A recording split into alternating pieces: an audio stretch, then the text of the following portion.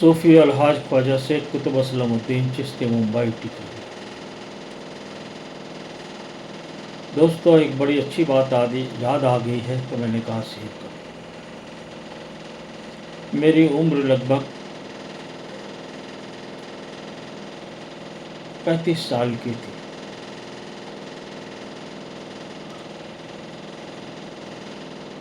مجھے ٹائیفائڈ ہو گیا۔ ٹائیفائڈ بخار اتنی شدت کا ہو گیا کہ میں بہت کمزور ہو گیا۔ اتنا کمزور ہو گیا کہ مجھے اٹھنے میں بھی بڑی طاقت لگانی پڑتی تھی۔ ہمارے علاقے میں ایک ڈاکٹر مخنوجیاں ہیں، ان کے ہاں گئے دوا وغیرہ لینے کے لیے، تو انہوں نے ہمیں دیکھا، چیک کیا، آلہ وغیرہ لگایا، تو انہوں نے کہا صاحب آپ پیدل چل کے آئے ہیں؟ میں نے کہا تھوڑی دور کا رستہ ہے۔ بولے بہت کمزور ہو گئے۔ تو ان کی عادت ہے وہ کبھی انجیکشن نہیں دیتے، صرف دوائیاں دیتے ہیں۔ دوائی دی انہوں نے، اور انہوں نے تاکید کی کہ آپ صرف آرام کریں گے، کھانے میں یہ کھائیں گے، اور ناریل پانی کا استعمال آپ زیادہ کریں گے۔ صبح تو ایک ناریل پانی آپ لیں گے ہی لیں گے، اور آرام کیجیے۔ کپڑے کا کاروبار تھا، جو لوگ کام کرتے تھے ان کو بتا دیتے تھے یہاں چلے جاؤ، یہ کر دو، یہ کرو، یہ کرو، سب لوگ کرتے تھے، لیکن ہم آرام کرتے تھے۔ گرمی کا مہینہ تھا، لیکن کمزوری جو تھی وہ پیچھا ہی نہیں چھوڑ رہی۔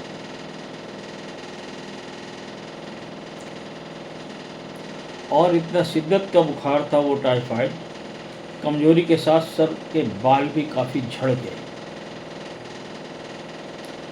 اتنی کمزوری کہ مجھے ایسا احساس ہونے لگا کہ شاید وقت آ گیا۔ لیکن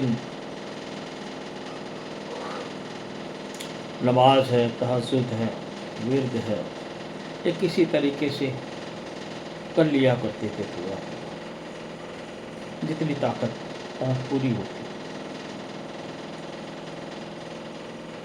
میرا معمول ہے کہ میں صبح جب فریش ہو کے نکلتا، نہانے کے بعد وضو بنا لیتا۔ وضو میرا ہمیشہ رہتا ہے، یہ آج بھی میرا معمول ہے کہ وضو ہمیشہ رہتا ہے۔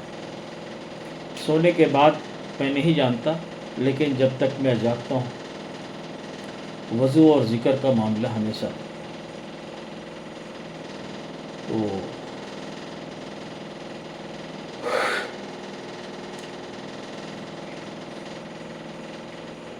گھر سے صبح وضو بنا کے جب نکلے، اور بچے لوگ گاؤں گئے ہوئے تھے، جیسے گھر سے نکلے تو ایسا لگا کسی نے پیر پکڑ کے کھینچا کہ اندر آ جاؤ۔ تو میں نے اندر سے گھر میں کڑی لگا دیا، اندر سے کنڈی لگا دیا کہ کوئی آدمی اندر نہ آ سکے، اور بیڈ پہ جا کر کے لیٹنے گیا تو بڑا جلدی لیٹ گیا، کیونکہ کمزوری میں آدمی سنبھل بھی کم پاتا ہے۔ گھر کے اندر کوئی نہیں، اب میں نے کڑی لگا کے جو ہے بستر پہ لیٹ گیا۔ لیٹنے کے بعد بس مدینہ شریف کی یاد آنے لگ گئی، یا آقا یا آقا یا آقا یا آقا، بس اتنا ہی زبان سے نکلتا تھا، یا آقا یا آقا یا آقا، اور آنکھ سے آنسو جانے۔ آنکھ بند تھی، میں نے آہٹ مجھے ملی کہ گھر کے اندر میرے 2 شخص داخل ہوئے، لیکن مجھے یہ یقین تھا کہ میں نے کڑی لگا ہے، کوئی انسان تو اندر آ ہی نہیں سکتا، یہ تو ناممکن ہے۔ آواز آئی آنکھ بند رکھنا۔ اب میں ہوش میں ہوں، میرے ہاتھ یوں پھیلے ہوئے ہیں، پیر سیدھا ہے۔ ایک صاحب نے میرے یہاں پر، یہ ہاتھ کے اندر اوپر یہ نس ہے، یہاں پر ایک انجیکشن لگایا۔ اب مجھے ہوش میں ہوں، پتہ چل رہا ہے کہ انجیکشن لگ رہا ہے، جیسے ڈاکٹر انجیکشن لگاتا ہے ایسا، اور میرے داہنے کے پیر کے تالو میں ایک انجیکشن ایک صاحب نے لگایا۔ مجھے ہوش ہے کہ انجیکشن لگ رہا ہے باقاعدہ، 2 انجیکشن لگے، اور نیند کا غلبہ آ گیا۔ تو میں نے دیکھا کہ میں نے گنبد خضرا صلی اللہ تعالیٰ علیہ وسلم یہاں پر اوپر،